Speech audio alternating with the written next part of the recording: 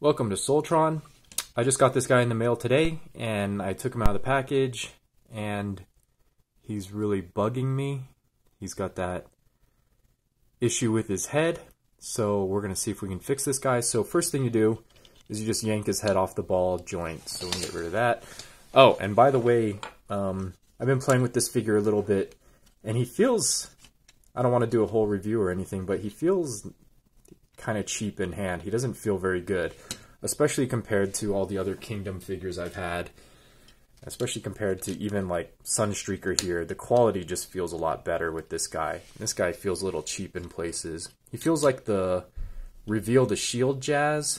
If you remember that figure had like a lot of thin plastic and cheap places.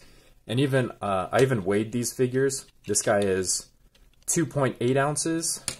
And this guy is 2.5 ounces, so he's a good 10% lighter, and I'm not too surprised. This just feels a little bit cheap, but maybe I'll like him better after we try to fix his head. So, you pry off his head, and there's no screws in the head, so the next thing you have to do is you have to get your hobby knife, and you're going to have to get it into the seam and work it in there, and cut away the pegs that are in the way. So this was pretty hard. It was a lot harder than I thought it was going to be. He's pretty well glued in. But once you pry the two halves together, his little face here is just going to come right out. So we can get this out of the way. And this is what you're left with. This is the inside here. So you got this peg hole here. You got one peg in the back. And you got one right there. So there's 3 pegs holding this guy together. So I had to cut some of those pegs to get this guy open. And it looks like the issue, because when I look at these look perfectly symmetrical no matter how I look at them. The two halves look exactly perfect, so they were saying that one half of the helmet is bigger than the other, but I can't, it doesn't look like it just by eyeballing it. So I think what the actual problem is this peg is not properly aligned with this hole.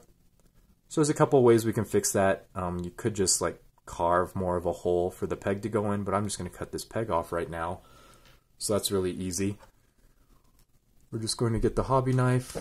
Okay, peg is gone. And then we're going to put the two halves together again and see if they mate a little bit better now. Actually, that's still looking pretty bad. Yeah, it does look like one half is bigger than the other half. I'm going to whittle some of the plastic and see if these can mate a little bit better. But yeah, it is actually looking like the two pieces of plastic just don't match up. They just are not completely symmetrical. Okay, I've done a little bit more shaving of the plastic, and really these two pieces just are not going to mate together correctly. They are misshapen. So I've got a plan B. I think I'm going to leave a gap in the head and kind of transition this piece into this piece. So I'm going to use a piece of styrene as filler and basically cut a little rectangle, glue it in right there. Okay, so something like this, and then I'm going to glue the styrene and the two halves of the head together, and then I'm just going to use the hobby knife and then trim around. And I think that'll fill in most of the gaps. And then I might need to use a little bit of extra glue in there and do some sanding for everything to mate really nicely and fit together. But I'll get that glued together. Okay, so now I've glued all that. There's some excess glue on the styrene, but that's not really going to make a difference. And there's some excess glue on the helmet and whatever, but I'm going to be cutting this and doing some sanding and having to repaint some of the silver anyway, so it's not the end of the world. And then all this excess glue on the styrene is all going to get cut off because I'm going to cut all the excess styrene off, obviously. So I'm going to hit this with a hairdryer to speed up the process. Okay, so the glue is dry enough at this point. I kind of carved out his mouth so it's more visible, and then some of the glue got on his chin, so I'm going to have to repaint all that silver anyway, so not a big deal. So I'm just going to take the scissors. The glue is dry enough so that everything's staying in place. So I'm just going to cut off all the excess, which will make it easier to trim.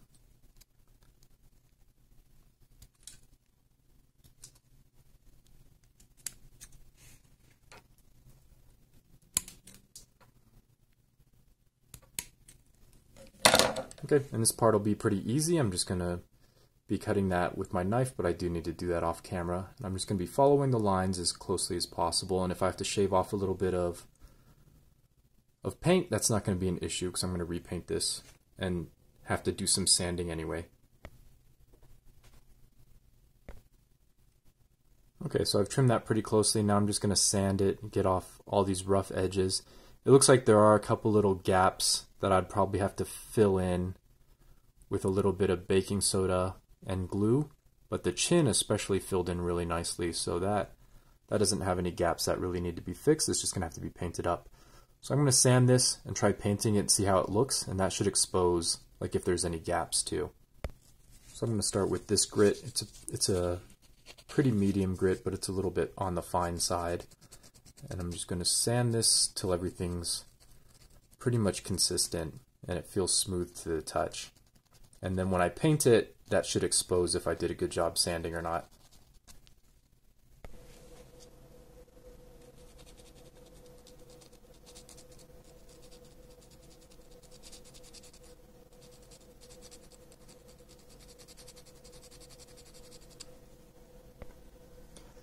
Okay, so I've sanded this out, and when I drag my fingernail across it, it doesn't feel like there's any gaps. Everything feels pretty smooth and consistent.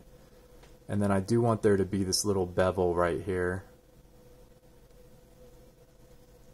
So I'm just going to shave this out a little bit so that there is this bump between the silver part and the black part.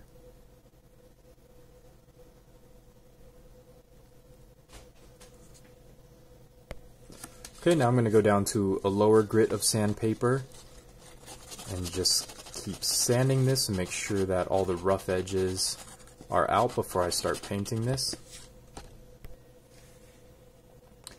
Okay, so he's looking a little rough. And then when I look at the top of the head, I definitely notice that this part's a little bit higher, so I'm going to use my knife and just gently cut across here and try to even those out a little bit. And kind of the same with the dome on top, or this wedge piece that's a little bit higher, so I'm just going to gently rake this off camera and try to even those out as much as I can. Okay, so now the top has been evened out. I cut that, and this looks a lot more even, so I'm just going to go back to sanding because it's got some rough spots from the cutting.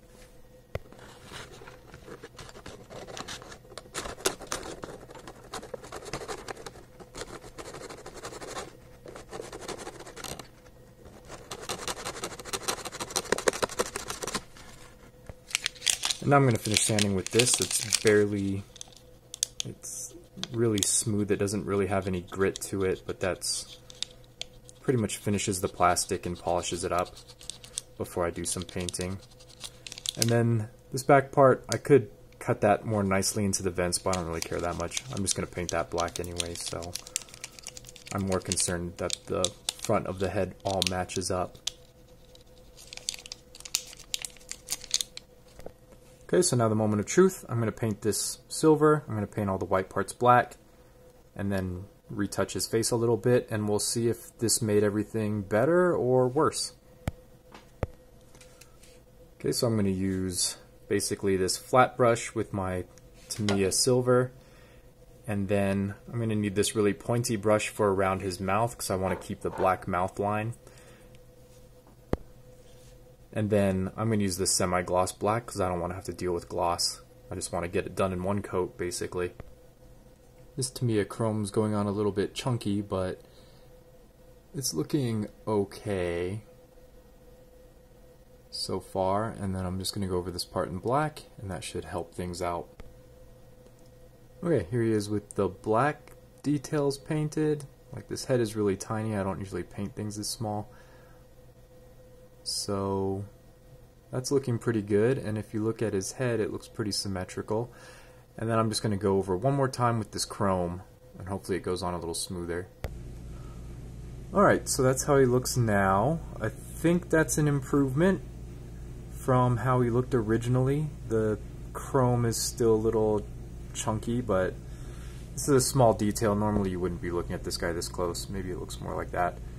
But I think that's still an improvement. The seam is pretty much gone. I'll put his head back on. Oh yeah, one thing to note. So now that I put that styrene in there and widened his head, the other end of the ball socket is like further away, which means it's not going to fit very well. So I just threw some blue tack in there, and that'll make his head fit on pretty snugly.